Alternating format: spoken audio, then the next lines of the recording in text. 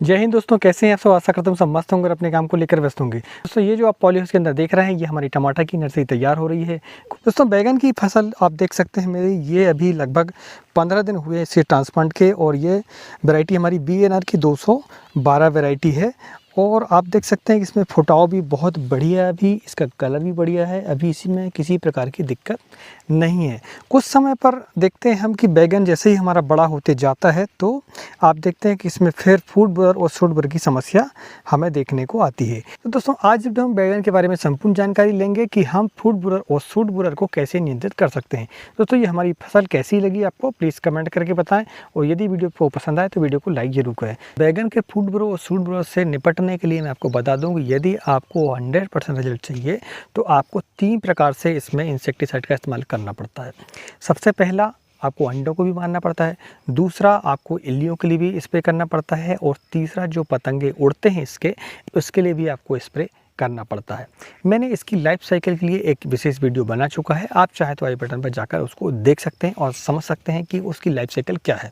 तो जब भी आप इंसेक्टिसाइड का इस्तेमाल करें तो आप पहले देखें कि जो भी आप कॉम्बिनेशन बनाएं तो उसमें देखें कि क्या वो अंडों पर भी काम करता है, क्या वो पतंगों पर काम करता है, और क्या वो इल्लियों पर भी काम करता है। तो इसका आपको विशेष ध्यान रखना पड़ेगा। चलिए दोस्तों वीडियो को आगे बढ़ाते हैं। मैं हूं राकेश साहू, आप देख रहे हैं एग्रो जीवन बातें किसान के। ये आपका अपना ही चैनल है। यदि आपको ऐसा लगता है कि इस चैनल पर आपको जानकारियां अच्छी मिलेंगी, आपके काम की होंगी, तो आप इस चैनल को सब्सक्राइब भी कर सकते हैं। और वीडियो यदि आपको पसंद आता है तो वीडियो को लाइक भी कर सकते हैं। वीडियो के अंत तक आप जरूर देखना, वीडियो के अंत में होगी विशेष बात। और विशेष बात में आपको एक कॉम्बिनेशन बताऊंगा जिसका यदि आप इस्तेमाल अपनी फसल पर करते हैं, एक नहीं आपको 3 कॉम्बिनेशन बताऊंगा जिसका आप बारी बारी इस्तेमाल करते हैं, तो आप देखेंगे कि आपको काफ़ी इसमें बेनिफिट मिलेगा।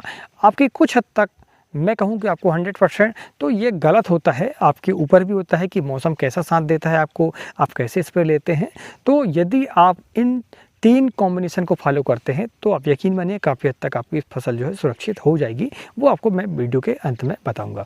तो आज इस वीडियो में 2 पॉइंटों के आधार पर आपको बताऊंगा कि हम कैसे अपनी बैगन की फसल को सुरक्षित रख सकते हैं फूट बोरर और सूट बोरर से। जो पॉइंट होगा दोस्तों वो होगा ये कि रोग आने से पहले हमें क्या करना चाहिए। दूसरा पॉइंट होगा दोस्तों ये कि हमें रोग आने के बाद कौन से उपाय करने चाहिए। तो इस वीडियो को आगे बढ़ाते हैं और जानते हैं हमारे पहले पॉइंट की तरफ। दोस्तों ये है कि रोग आने के पहले आप कौन कौन से उपाय कर सकते हैं। तो उसमें सबसे पहला जो पॉइंट आता है दोस्तों वो आता है ये कि आप जैविक उपचार क्या कर सकते हैं।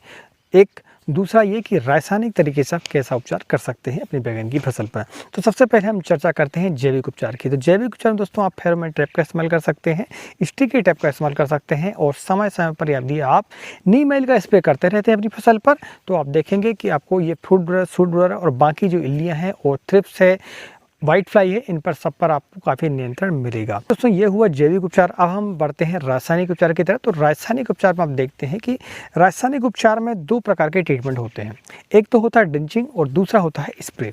तो ड्रिंचिंग के माध्यम से मैं आपको बता दूं कि हम सबसे पहले ड्रिंचिंग की बात करते हैं। तो ड्रिंचिंग में यदि आप महीने में एक बार एक ड्रिंचिंग ले लेते हैं अच्छे किसी भी एक सिस्टमेटिक इंसेक्टिसाइड की, आप देखेंगे कि आपको फूट बोरर सूट की समस्या काफ़ी कम आएगी। तो जो टेक्निकल है मैं उनके बारे में बता दूँ आपको। तो सबसे पहले नाम आता है इमिडाक्लोप्रिड का।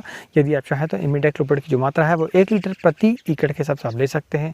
वहीं थायोमेथाक्सम की मात्रा आप 250 ग्राम पर एकड़ के हिसाब से यदि लेते हैं तो आप देखते हैं कि फूट बोरर और अन्य जो इंसेक्ट संबंधी समस्याएं आती हैं वो कम आएंगी।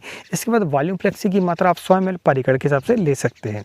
तो इस तरीके से आप ड्रिंचिंग के माध्यम से अपनी फसल को सुरक्षित रख सकते हैं। दूसरा पॉइंट है दोस्तों स्प्रे। तो स्प्रे में दोस्तों आप एक ध्यान रखें आप इस बात का कि जब भी आप कोई भी स्प्रे लें, चाहे वो आप फंगीसाइड का स्प्रे लेने वाले हों, चाहे वो न्यूट्रिएंट का स्प्रे लेने वाले हों, यानी कि आप सप्ताह में कम से कम आपको एक बार स्प्रे तो लेने पड़ते हैं यदि आप रासायनिक खेती करते हैं। तो उसमें आप क्या करें कि एक जो दवाई है वो किसी भी एक इंसेक्टिसाइड ऐसा इस्तेमाल करें जिसमें वो की सिस्टमेटिक हो। और दूसरा ये कि जो फिपलियाँ होती हैं यानी कि जो उड़ने वाले पतंगे होते हैं, रस्सियों से कीट होते हैं, उसके लिए आप इमिडाक्लोप्रिड का इस्तेमाल कर सकते हैं जिसकी जो मात्रा है 100 ml पर एकड़ के हिसाब से होगी। वहीं थायोमेथाक्सम की मात्रा आप 100 ग्राम पर एकड़ के हिसाब से स्प्रे पर ले सकते हैं। और कट्राप हाइड्रोक्लोराइड जो कि केल्डान के नाम से भी आता है, तो आप इसका इस्तेमाल कर सकते हैं 200 ग्राम पर एकड़ के हिसाब से, यानी कि पर लीटर पर ग्राम। तो मैंने आपको 3 इंसेक्टिसाइड बताए हैं। इनका यदि आप इस्तेमाल रेगुलर करते हैं तो आप देखेंगे कि जो फिपलियाँ होती हैं फूट बोरर और सूट बोरर की वो काफ़ी हद तक कंट्रोल हो जाएंगी। तो दोस्तों ये हुआ दोस्तों पहला पॉइंट हमारा कि आप रोग आने के पहले कौन कौन से उपचार कर सकते हैं। अब हम बात करते हैं रोग आने के बाद की। तो रोग आने के बाद दोस्तों आप देखते हैं कि आपको काफ़ी समस्याएं देखने को मिलेगी। आपकी जो फसल है वो काफ़ी ख़राब हो चुकी होती है। तो इसके लिए आपको ऐसे एक्शन, ऐसे निर्णय लेने पड़ते हैं ताकि आपकी जो फसल है वो तुरंत में ठीक हो जाए, चाहे वो फिर रासायनिक उपचार हो, चाहे फिर वो जैविक उपचार हो। जैविक उपचार की हम बात करते हैं तो जैविक उपचार जितने भी उपचार हैं वो आप किसी भी फसल पर देखें, चाहे वो फंगस संबंधी हो और चाहे वो इंसेक्ट संबंधी हो, आप देखेंगे कि जैविक उपचार तभी कारगर होते हैं जब आप उसको प्रिवेंटिव रूप में लेते हैं तो। लेकिन फिर भी हम आज इस वीडियो पर आपको रासायनिक उपचार भी बताएंगे और जैविक उपचार भी बताएंगे। बात कर लेते हैं जैविक उपचार में। तो जैविक उपचार दोस्तों क्यूरिटी में, यानी कि फसल में बीमारी आने की बात की हम बात करते हैं तो सबसे पहला नाम आता है वही नीम ऑयल का। नीम ऑयल का आप हर जो आप स्प्रे कोई भी लेते हैं तो उस पर आप इस्तेमाल कर सकते हैं साथ में। दूसरा फेरोमोन ट्रैप का इस्तेमाल कर सकते हैं। दोस्तों फेरोमोन ट्रैप ऐसा ट्रैप है जिस पर कि नर मक्खी की गंध होती है और वो नर मक्खी की गंध सूंघते ही जो हमारी मादा मक्खी होती है वो ट्रैप हो जाती है, अंदर चली जाती है और मर जाती है। तो इस समय काफ़ी कंट्रोल मिलता है। दूसरा आता है स्टिकी ट्रैप। स्टिकी ट्रैप वो ट्रैप होता है जिस पर एक ग्लू लगी होती है जो कि चिपकती है। तो जैसे ही कीड़ा उसके संपर्क में आता है तो वो वहाँ पर चिपक जाता है और मर जाता है। तो इस तरीके से आप जैविक उपचार कर सकते हैं। तो रासायनिक उपचार में आपको बता दूं कि यदि आपके प्लांट पर रोग कम है तो आप प्रोफेनोसाइपर, जिसकी जो मात्रा है वो 300 ml पर एकड़ के हिसाब से लेंगे तो भी आपको बेनिफिट मिलेगा। वहीं इमामेक्टिन बेंजोएट 100 ग्राम आपको पर एकड़ के हिसाब से लेना है तो भी आप देखेंगे कि जो इल्लियाँ हैं फ्रूटवर की उस पर आपको नियंत्रण मिल जाएगा। इसके बाद आप सूमो प्रिंट का इस्तेमाल कर सकते हैं जिसकी जो मात्रा है वो 400 ml पर एकड़ के हिसाब से लेनी पड़ेगी आपको।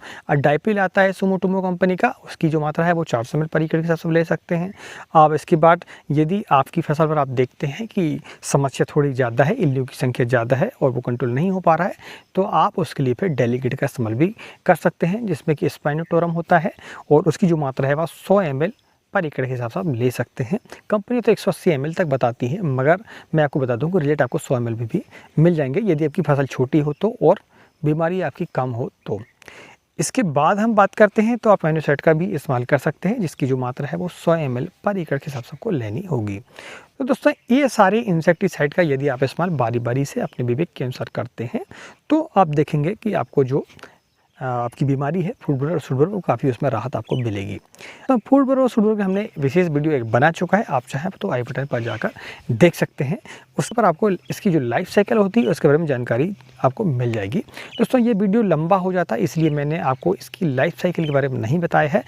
आप यदि चाहते हैं कि आपको एक अन्य वीडियो चाहिए जिस पर आपकी लाइफ साइकिल जो होती है फूड बोरर सूट बोरर की उसको आपको जानना है, उसको डिटेल में जानना है फूड बोरर सूट बोरर को बैगन में, तो आप जो है कमेंट के माध्यम से हमें पूछ सकते हैं। और इस जो वीडियो हो आपको कम से कम 1000 आपको लाइक इसमें करने हैं तो मैं अगला वीडियो इस पर बना दूंगा। अब हम बात करते हैं वीडियो की विशेष बात की। तो विशेष बात मैं आपको 3 कॉम्बिनेशन बता रहा हूँ इंसेक्टिसाइड के।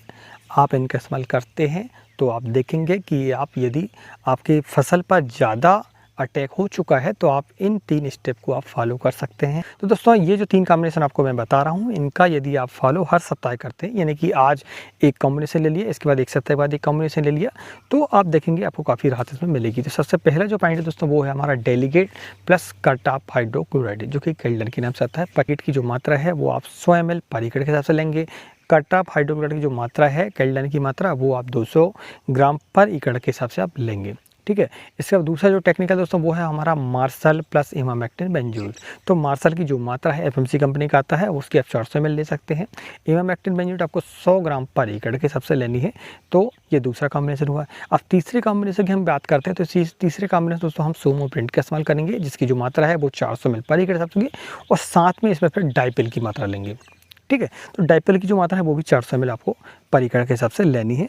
तो आप देखेंगे कि आपको बेस्ट से बेस्ट रिजल्ट इसमें मिलेंगे और आप 100% इसमें सिक्योर हो सकते हैं। इसके बाद दोस्तों आप जो है इंसेक्टिसाइड का चयन थोड़ा आप डिले कर सकते हैं। 1 सप्ताह की जगह में आप 10 दिन 12 दिन भी इसका ले सकते हैं आप। चलिए दोस्तों वीडियो को यही विराम देते हैं और यदि आपको वीडियो अच्छा लगा हो तो वीडियो को लाइक जरूर करें और चैनल यदि आप पहली बार आए हैं तो चैनल को सब्सक्राइब करना ना भूलें।